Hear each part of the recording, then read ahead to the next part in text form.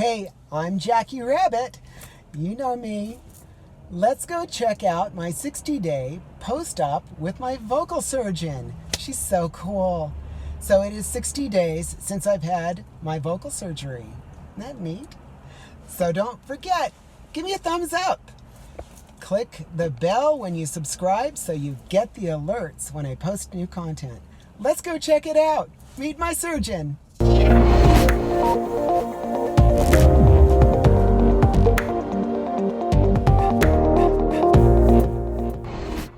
Hey, I just got back from post-op. It's my second visit back to my vocal surgeon, and we went over our 60-day stuff. So it's been a good solid 60 days since I've had my surgery. And there are a couple little complications. They're no big deal. They're kind of normal, as I was explained, and I'll go through it. So I'm going to take you in there with me, and we'll talk to the doctor, and she'll stick a camera down my nose. And it's really kind of neat how that all works. But there are some interesting things going on. There is a gap between the base of my vocal cords that should go away with time, and then there's a tiny granuloma that's formed over the stitches. So let's go watch that and see what that's like.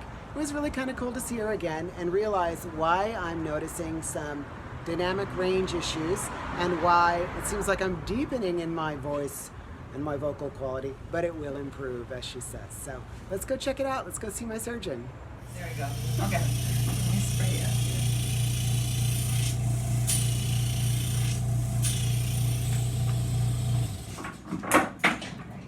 Here's the tissue for you. I have to see it.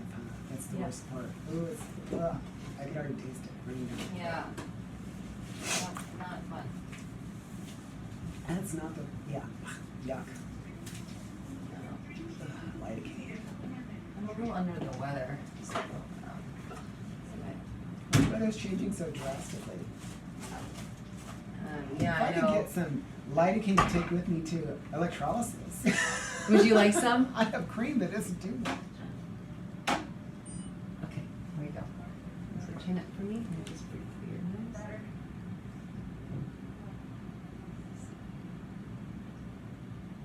This looks like it's easier today. Oh, maybe not. Okay, here we go. Keep breathing through your nose. Okay, good.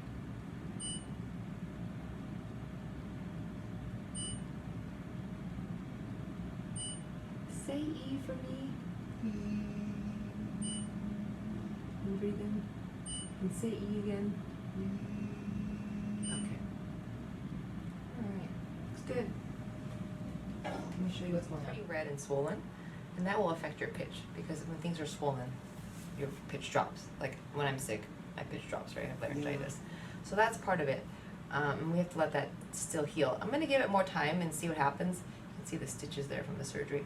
I see this little, do you see this little ball here? Mm-hmm. You formed a little stitch granuloma, which is basically a little lump of tissue right where over one of the stitches is. These things can shrink over time. Sometimes they don't. If they don't, in another couple months, I recommend we do go back in there.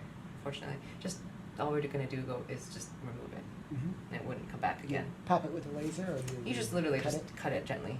Right, there's a little stalk to it usually. You just snip it right off. So it's like a That's it. polyp. That's what's the kinda like extra almost like a hoarseness little- is coming from. Yeah, it doesn't help. It doesn't help. It's like sitting right there. And then your vocal cords, you can see, they aren't fully coming together. There's a little space between them. Right, which is why I'm having the dynamic range issue. Yeah, and that also hopefully will improve with time. It usually does. And so a lot of things still happening and changing. But overall, good. I mean, we're getting there. You can see all this redness and these increased blood vessels here. Ideally, over time, this all turns to this nice white color again. You know, we're just not there yet. So a little bit more time. But I think, you know, in another 3 or 4 months from now, when you're almost like 6 months out from surgery, this little thing is still there. Probably should go in and get it out, unfortunately. So one more time with me. 7 months I had bottom surgery, so Oh, okay. So we should do it before then. we either do it before. Oh, we did it after. Or after, whatever Yeah. we gotta do. It's not obviously it's going to impact your voice, but it's not a huge impact. It's not making. Of course, with a bunch of lidocaine, it's like I can't even control my pitch. Yeah, I know. So I know I altered it. But I can see why you're still pretty hoarse and raspy and. Right, because they're not coming together. Yeah, and they're swollen. Which would explain why the top range just completely kicks out fast. Yes. Like Yes, I can only get so far, and then it's Because like. it's breath. It's super breathy at that point. Yep, it is. Yeah. So we're just not there yet. Okay. So is that going to come together on its own, or is the granuloma causing It's an actually issue? not in the way. It's on top of the vocal cords. That's what it looks like. Yeah, I don't think it's blocking it from closing. It's pretty typical to see this kind of this closure at this point. And weirdly, you know, when I see patients about 6 months out or further, this tends not to be a problem anymore. It closes off. Okay. So a lot of people have actually worse hoarseness than you at this point. You know, they can really have a hard time talking. And then, you know, over time, because they have a very large gap here. And when I was first doing these surgeries, I got nervous. I'm like, What is this? Yeah. But Why is it this changes. Yeah. And then it doesn't do that anymore over time. Okay. So So there's no reason to go back and do it. go up higher or anything. Oh no, I wouldn't do any more than that. This is already quite a bit. We've done like almost half your vocal cord. If we did any more, we would run into issues of you having a voice at all, breathing issues, things like that. You know, if we were to tighten any more, because then there's not much left to vibrate. Where only this segment of your vocal cord is vibrating anymore. So if we were to do even less than that, that would, I don't know. Bummer. I was Yeah. thinking a little more. Yeah, I wouldn't. It's too risky. Too risky.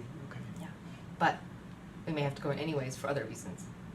And if we were there, I would go ahead and just pull these sutures out too that are underneath. You don't need those anymore. They're not doing anything. There's just a knot of them. They were helping them to make that web, but now they're just sitting there. I used to use dissolvable sutures, but then often the web would fall apart, which is why I switched to these permanent sutures. It's also what Dr. Kim uses over in Korea. Is it? Is permanent sutures because Well, the ones I saw, those were big too. They were like a heavy I know, I have to use gauge. bigger ones than you. Yeah, I know. That's why you can see them. You have like what, 2 of them, right? Yeah, two of them. There's There's 2 of one them. there, and that's one knot, and one knot's over there. And then the bigger gauge on the I forget what the name of that stuff is. That kind of suture has a name. I It's a forgot. proline. Proline. Proline. Thank you. Yeah. So The blue ones. yeah, we'll have to potentially go back and just clean this up a little bit. But there's a good chance all this goes down on its own too. Most likely. Yeah. So let's just wait another couple months. So your bottom surgery is July. 14th, yeah. July. So let's.